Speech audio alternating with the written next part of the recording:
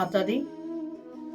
आज हम जिस विषय पर चर्चा कर रहे हैं वो है देव उठनी एकादशी, जो कि दीपावली के 11वें दिन मनाई जाती है।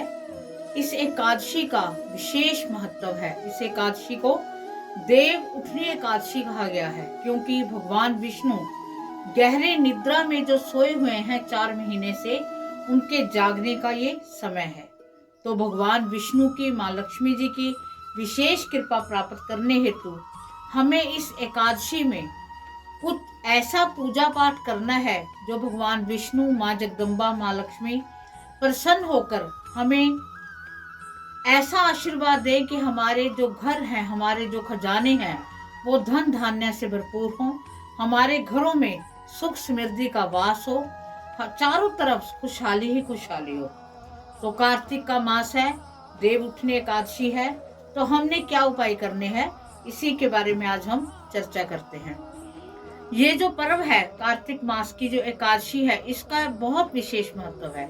मैंने अभी आपको बताया कि भगवान विष्णु गहरी निद्रा से जागते हैं, तो हमने भगवान विष्णु को मनाने हेतु, उनका आशीर्वाद प्राप्त करने के लिए उनका अभिषेक भी करना है, उनको मनाना भी है। और देव दीपावली, इसके बाद में देव दीपावली आएगी जो कि दिवाली के 15वें दिन होती है, ठीक है, यानी पूर्णिमा पर। और ये एकादशी है। इस 5 दिनों का विशेष पर्व का महत्व है।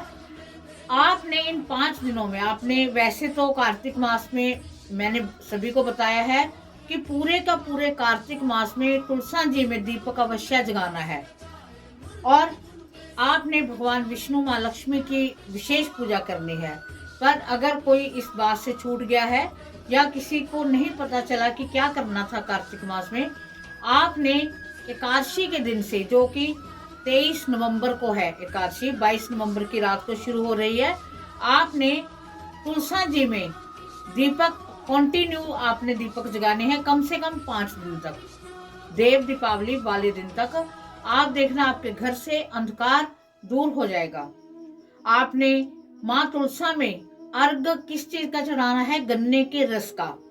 अगर आप गन्ने के रस का अर्घ चढ़ाते हो तो आपको विशेष, आपके परिवार में जो कड़वापन है, जो आपके परिवार में वैरी विरोधी हैं, वो सभी दूर हो जाएंगे। आपके घर में मिठास का माहौल बनेगा। इस दिन माँ तुलसा जी का विवाह किया जाता है शालिग्राम से। इसकी मैं पहले कथा डाल भी चुकी हूँ, आपको फिर बता रही हूँ कि वो तुलसा जी के श्राप से भगवान विष्णु जी एक पत्थर के रूप में आ गए थे, जो फिर उन्होंने, माँ तुलसा जी ने उन्हें मुक्त कर दिया था। ये कथा डली हुई है, आपको सभी को पता है। तो भगवान विष्णु जी ने ये कहा था कि आज के बाद में जो तुलसा जी से मेरा पूजन करेगा उस पर मैं अपनी विशेष कृपा दूंगा। तो आज के दिन शालिग्राम जो रूप है वो भगवान विष्णु जी का वही पत्थर का स्वरूप है जिससे भगवान विष्णु अति प्रसन्न होते हैं।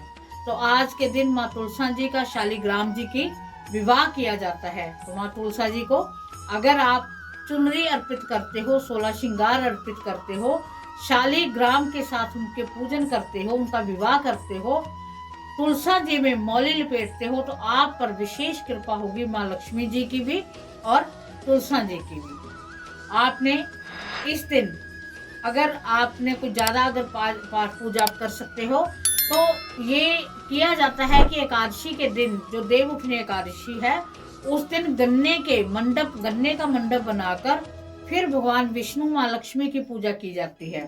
और अगर हम गन्ने का मंडप नहीं बना सकते तो आपने भगवान विष्णु जी को गन्ना अवश्य अर्पण करना है। मंदिर में जाकर उन्हें विशेष रूप से अर्पण कीजिए और गन्ने के रस से ही उनका अभिषेक कीजिए। आप देखना आपके घरों में आपकी जो जो समस्या है उनका विशेष तौर से अंत होगा। आपने एकादशी के दिन तुलसा जी में 5 दीपक अवश्य जगाने हैं, जो कि आपके घर में, जैसे कहते हैं कि तुलसा जी में 5 दीपक जगेंगे और उनकी जो रोशनी है वो आपके जीवन में से जो अंधकार है उस अंधकार को दूर कर देगी। आपने लगातार 5 दिन, मैंने आपको बताया है, लगातार 5 दिन एकादशी से लेकर पूर्णमासी तक आपने कॉन्टिन्यूटी रखनी है। भगवान विष्णु जी को भी आप अभिषेक जो है वो गन्ने के रस से कीजिए और आपने माँ तुलसा जी को थोड़ा सा गन्ने का रस का छींटा देके उनका अभिषेक करके आपने कंटिन्यू दीपक जगाने हैं। आपकी जो भी प्रॉब्लम है वो प्रॉब्लम अवश्य हल होगी। और इसके साथ अगर आपने, मैंने पहले भी उपाय बताया है ये वाला, कि सूखी लकड़ी अगर तुलसा जी की है तो एकादशी के दिन उस लकड़ी को घी लगाकर उसके ऊपर चाहे आप मोली लपेट सकते हो, घी लगाकर उसकी आप भगवान विष्णु की आराधना करें तो आपको इसका विशेष फल मिलेगा। आपके को बहुत दुश्मन है, आपके दुश्मन आपका पीछा ही नहीं छोड़ रहे, आप बड़े परेशान हो, तो आपने भगवान शिव को गन्ने के रस से एकादशी के दिन आपने अभिषेक करना है और कंटिन्यू 5 डेज करते हो। आपकी जो मनोकामना है वो आप अपनी मनोकामना कहेंगे तो आपकी मनोकामना अवश्य पूरी होगी। आप इस एकादशी पर इन उपायों को करके देखें, भगवान विष्णु की आराधना करके देखें, सहस्र नाम का पाठ करके देखें। सहस्र नाम का पाठ अपना डल चुका है वीडियो में, अगर आप सर्च करोगे तो आपको वो पाठ मिल जाएगा, बिंदु शर्मा 1239, और उसके साथ आप सहस्र नाम विष्णु सहस्र नाम लिख दोगे तो आपका पाठ वो आगे आ जाएगा। उस पाठ को सुनने मात्र से आपके सभी कष्टों का अंत होगा।